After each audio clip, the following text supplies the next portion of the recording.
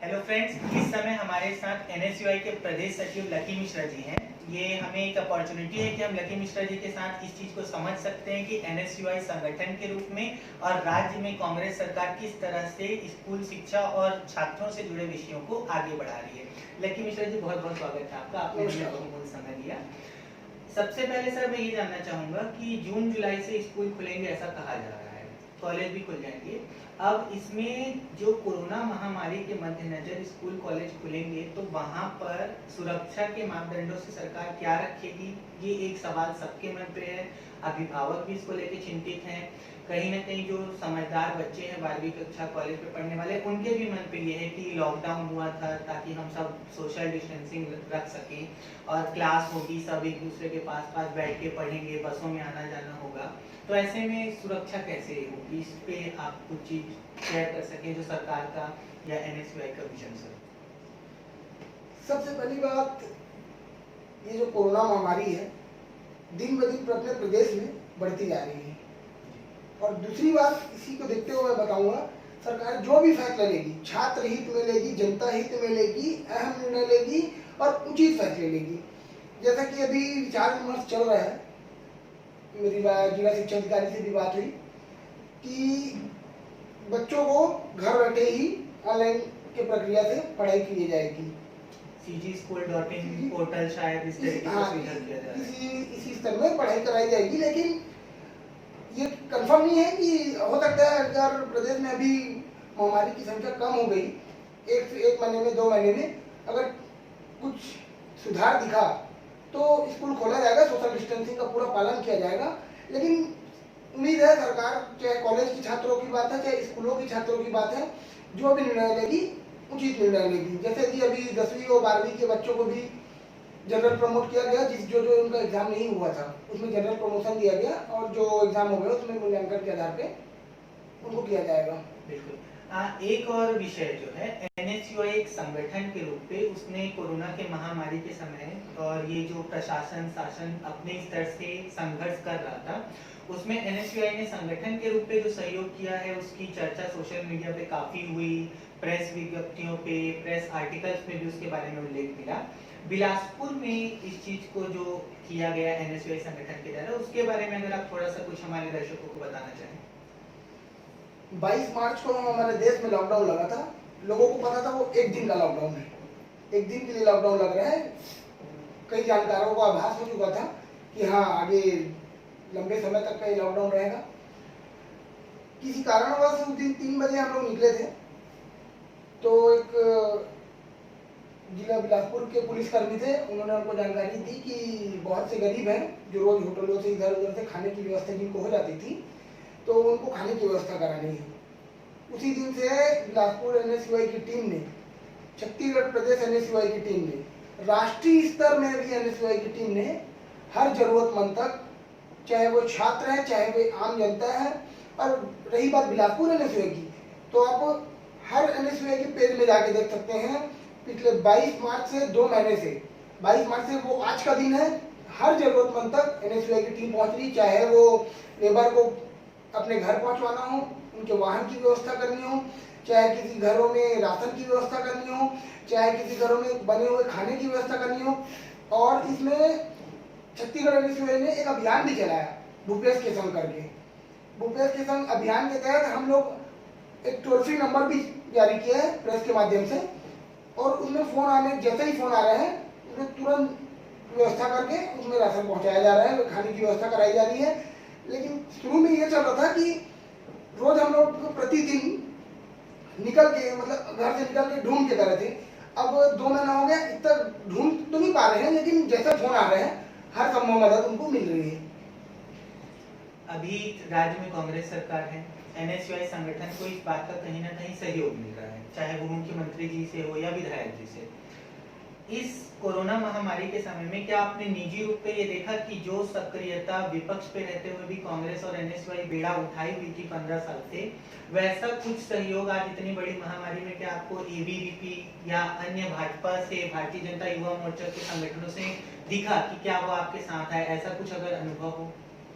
Bharatiya Janata party के लोगों को इस महामारी के दौरान भी अभद्र टिप्पणी करने से फुर्सत मिल जाएगी तब ये जरूरतमंद लोगों की मदद कर लेंगे, पहली बात।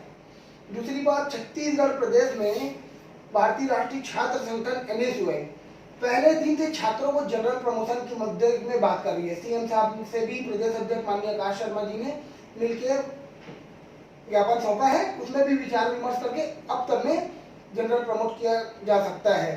इसमें भी सरकार जो भी फैसले लेगी छात्रों के हित में लेगी, उचित निर्णय लेगी, या फिर मूल्यांकन के बेस में हो चाहे असाइनमेंट के बेस में हो।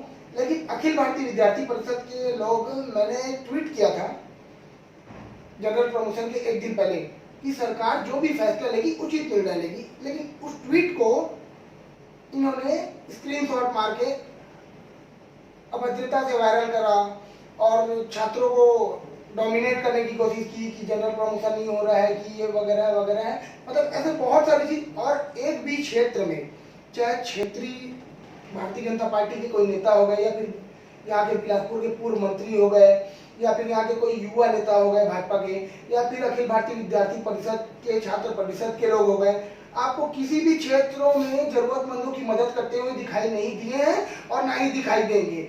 इतने दिन से, पिछले जब से लॉकडाउन लगा है, कांग्रेस के हर एक सच्चा सिपाही, चाहे वो एनएसयूआई का हो, चाहे वो यूथ कांग्रेस का हो, चाहे वो कांग्रेस कमेटी का हो, आपको वो हर क्षेत्र में दिखाई देगा। उसके बाद भी इनकी आंख नहीं खुल रही है कि इतने छोटे से छात्र संगठन के लोग तक काम कर रहे हैं, कि उसके बाद भी इनके दिमाग आ जाने चाहिए और इसके बाद भी आंख खोल के लोगों, हर जरूरतमंदों की मदद करना चाहिए। लेकिन आज तक ऐसा कुछ नहीं दिखा है और उम्मीद है आगे भी नहीं दिखेगा। आपका ये बात सही है। सिर्फ सोशल मीडिया में अभद्र टिप्पणी करने के अलावा शायद अब एबीवीपी के कार्यकर्ताओं के पास कोई कार्य नहीं बचा है। इसके अलावा एक चीज मैं और जानना चाहूंगा लकी सर, कि जैसे सभी लोग आपके कार्यों को देखकर, एनएसयूआई संगठन के कार्यों को देखकर प्रभावित हैं, हर व्यक्ति के दिल पे एक इच्छा रहती है कि भाई हम राजनीति में कैसे स्टार्ट करें, तो एनएसयूआई उनके लिए एक अच्छा प्लेटफॉर्म हो सकता है। ऐसे में आप कोई उदाहरण अगर हमारे दर्शकों के साथ शेयर कर सके जहां पर एनएसयूआई में कार्य करने वाले आज बड़े पद पर हो, तो ये प्रेरणा होगा सबके लिए। सबसे पहले हमारे लिए तो उदाहरण हमारे पार्टी के वरिष्ठ बड़े नेता हैं, चाहे वो कोई भी नेता हो, चाहे वो भिलाई मेयर विधायक देवेंद्र यादव जी हों, चाहे वे रायपुर के महापौर एजाज ढेबर जी हों, चाहे रायपुर के पश्चिम विधायक विकास उपाध्याय जी हों। हर व्यक्ति, ये तो मैं एक एग्जांपल दिया हूँ, सभी एनएसयूआई से ही आगे बढ़ के आज इस प्लेटफॉर्म में पहुंचे हैं। और मैं एक चीज बताना चाहूंगा, एनएसयूआई वो संगठन है जो, एक तो ये भी बात है कि पद की गरिमा नहीं होती, पद की गरिमा होती है लेकिन पद बड़ी चीज नहीं होती।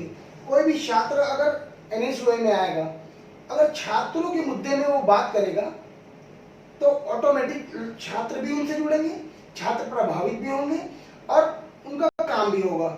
लेकिन सबसे पहले जरूरी चीज ये है कि जो भी छात्र होगा या जो भी लीडर होगा, किसी भी अगर मुद्दे पे चर्चा करने जा रहे हैं, या किसी भी अधिकारी की चैम्बर में जा रहे हैं, कलेक्टर सर के पास जा रहे हैं, किसी के पास भी जा रहे हैं, सबसे पहली जरूरत उनको रीड करने की है। उस मामले को उनको रीड करना पड़ेगा, तब वे वहां पर बात कर पाएंगे।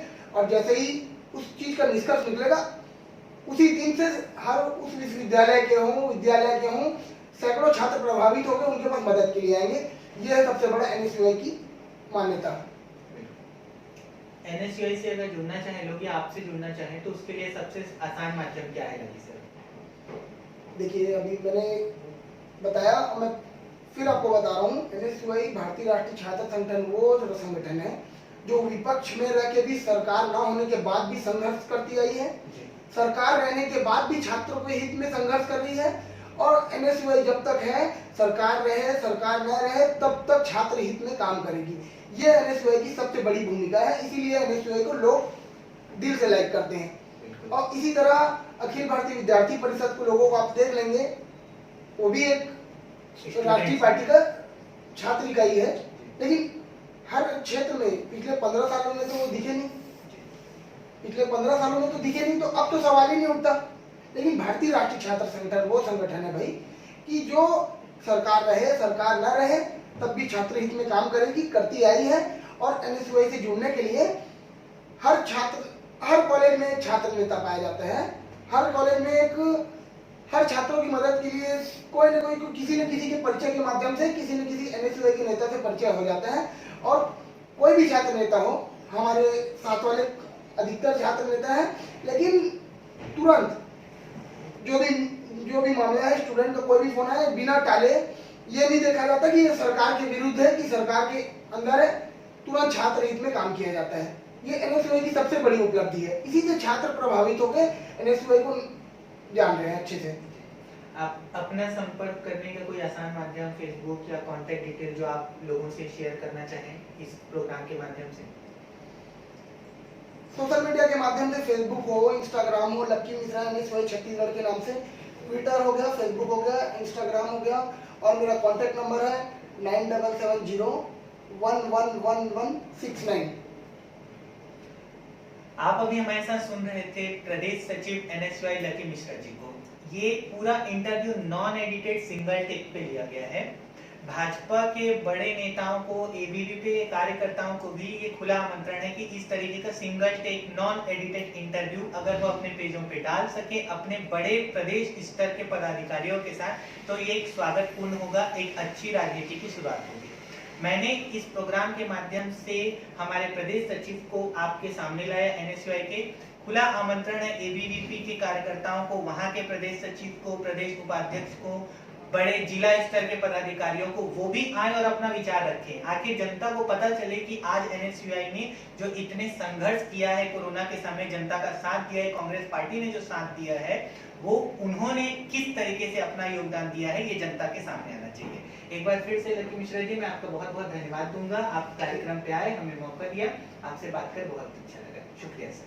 जय हिंद।